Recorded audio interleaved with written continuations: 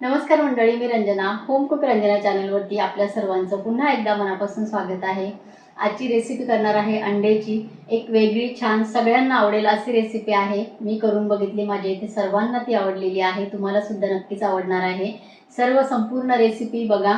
हे असं अंड तुम्ही केव्हाही पटकन करून खाऊ शकता, अजिबात टाइम लागत नाही आणि पचायला एकदम छान हलकं आहे। टेस्टी म्हणाल तर तुम्ही खूप आवडीने खाऊ शकता। चला तर मग रेसिपीला सुरुवात करते। आपण अंड्याचा हा जो प्रकार आहे त्याचं काय केलेलं आहे ते आपण बघणार आहोत। हे बघा, कढईमध्ये मी पाणी ठेवलेलं होतं 1.5 ग्लास, एक रिंग टाकली।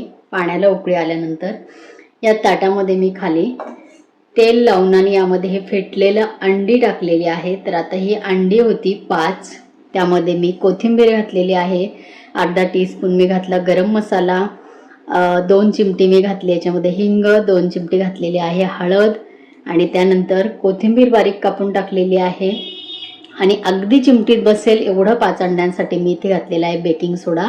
व्यवस्थित फेटून घेतलं। ताटाला मी असं खाली ऑइल लावलं आणि त्यावरती हे फेटलेलं अंड या उकळत्या पाण्याच्या रिंगवरती इथे कढईमध्ये ठेवलं आणि हार्डली फक्त 7 मिनिटांमध्ये हे तयार होतं। अगदी कडक एकदम 7च मिनिटं लागतात। 7 मिनिटांमध्ये हे छान तयार झालेलं आहे। ह्याचा कलर बघा किती छान दिसतो आणि हे अंड पचायला तर हलका आहेच, काही प्रश्नच नाही, पण तयार करायला म्हणाल तर खूप लवकर हे अंड तयार होतं। उकडायला तरी बराच वेळ जातो। जर कुकरला नाही लावला आपण, गॅसवर जर उकडायला ठेवलं तर बराच वेळ आपला ह्याच्यावरती जाऊ शकतो, पण हे असं अंड जर बनवलं तर वेळ अजिबात जात नाही। छान आपल्याला जशा पाहिजे तशा आपण ह्या वड्या अशा इथे पाडून घ्यायच्या आहेत। याला लागणारं साहित्य मी अजून इथे दाखवणार आहे। एकच चिमटी फक्त इथे घालायची आहे आपल्याला सोड्याची, बाकी जास्त सोडा वापरण्याची पण गरज नाही। एकदम छान अंड हे तयार होतं, एकदम फ्लफी हे तयार होतं। ह्याच्यामध्ये कोथिंबीर घातलेली आहे, टेस्ट म्हणाल याची तर खूप उत्तम लागते। अंड्याचे ह्या प्रकारे असे मी हे तुकडे करून घेतलेले आहेत। एक मीडियम साईजचा कांदा आपल्याला घ्यायचा आहे, एक मीडियम साईजचा बटाटा आहे। साल थोडीशी खराब असली तर साल आपल्याला काढून टाकायची आहे। कांदा उभ्या स्लाइसमध्ये कापून घ्यायचा आहे।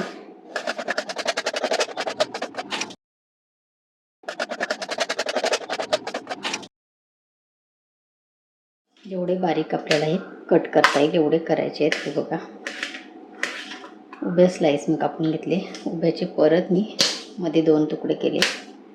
परत ह्या पद्धतीने बटाटा पण आपल्याला कापून घ्यायचा आहे।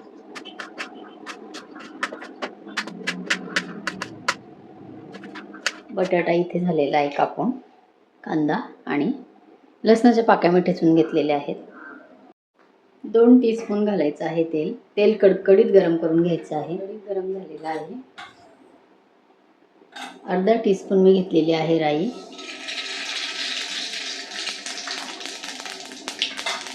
अर्धा टीस्पून घ्यायचं आहे जिरं,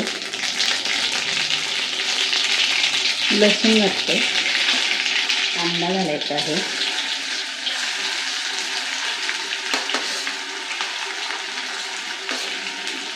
कांदा आपल्याला एकदम खूप जास्त कलर येईपर्यंतही परतवायचं नाही आहे। 1 मिनिटभर फक्त कांदा आपल्याला परतून घ्यायचा आहे। आपल्याला इथे बटाटे, मिरची पण हे असं सर्व बटाटा वगैरे घातल्यानंतर घालायची, ती व्यवस्थित छान होते। अगोदरच जर मिरची आपण तेलामध्ये टाकली असली तर ती खूप जास्त करपून जाते, म्हणून मिरची नंतर घालायची आहे। जेवढी बारीक कापता येईल तेवढी, किंवा तुम्हाला उभ्या स्लाइसमध्ये कापून घ्यायची असेल तर तशीही तुम्ही कापू शकता। कांदा, बटाटा आणि आता आपण घातलेली आहे मिरची, अगदी थोडंसं घालायचं आहे मीठ। आपण अंड्यामध्ये मीठ घातलेलं आहे, ह्याच्यामध्ये थोडंसं चवीपुरतं घातलेलं आहे, जास्त मिठाचा वापर करायचा नाही। 1 चिमटी घातलेला आहे हिंग, अर्धा टीस्पून घालते, अर्धा टीस्पूनपेक्षा कमी आहे हळद, आणि अगदी थोडंसं घालायचं आहे लाल तिखट, कारण 2 मिरचीचा वापर आपण केलेला आहे। तिखट तुम्ही तुमच्या आवडीनुसार घालू शकता।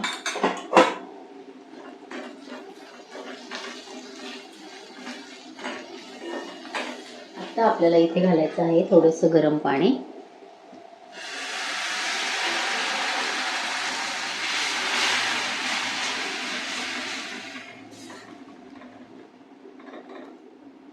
बटाटा आपला व्यवस्थित शिजेपर्यंत आपल्याला कमी गॅसवरती ह्याच्यावरती झाकण ठेवायचं आहे।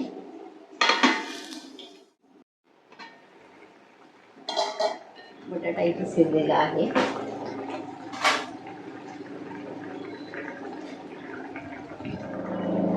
अंड आपल्याला याच्यामध्ये घालायचं आहे.